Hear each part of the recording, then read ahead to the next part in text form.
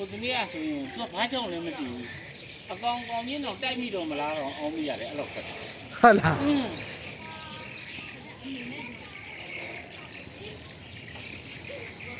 မိုးအုပ်သွားလို့နေပါလိမ့်မယ်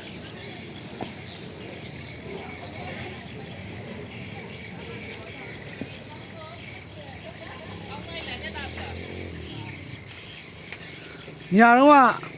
တိုင်မှာမှားတော့တညာလုံးអော်နေတာ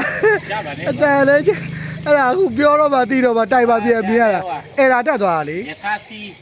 စင်မိုးစီရင်တော့မှဒီလူပဲစီးတာအဲ့ဒီပြင်တော့ပြောသွားတာ တိုင်ပါမှားတာလေအဲ့ဒါကလေးတွေအိတ်တန်းတက်ပြီးပြန်လာပြီး သူကစောပိုင်းလွတ်ခါသားမှာအဝေးကြီးထိသွားစားတယ်ဝေးကြီးတော့ဝေးဝေးကိုရောက်တယ် သူတို့ကတော်တော်အဝေးပြန်တာလေ တော်တော်လမ်းမြင်ရတာလို့ပတ်ထားတယ်သူကဒီလိုမီးဖွင့်ပြီးဆိုမှပြန်လာခဲ့တာဟို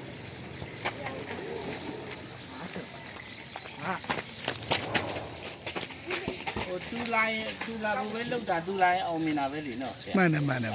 လောက်တာတူလာဘူးပဲလေ ဒါသူတို့အိတ်ဖို့ပဲဟို ဟုတ်တယ် သူတို့လာတယ်ဆိုတော့ကျွန်တော်အောင်မြင်သွားတာပေါ့ ဟုတ်တယ်အဲ့ဒီသူကအင်ကြောင်းတွေဘာမှမလာစေခြင်းတော့သူကအဲ့ဒီမီးစည်းဖွင့်တဲ့အတွက်အင်ကြောင်းတော့လာမှာပဲအဲ့တော့အောက်ခြေပတ်ခါလဲမှာတပိပတ်လေလောက်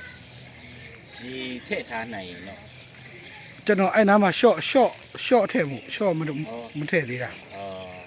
short ထောက်လိုက်ရင်ဘာကောင်းမှလာလို့မရတော့ လာမှာမဟုတ်တော့ဟုတ်တယ်သူကအဲ့ဒီချက်ပဲမြင်တယ်ကျန်တာကတော့ပြောပြဖို့မလိုအကောင်ကြီး တပတ်ကိုတစ်ခါတော့ပိုးတက်ကတယ် ဟုတ်ကဲ့ အခုကတီးကူက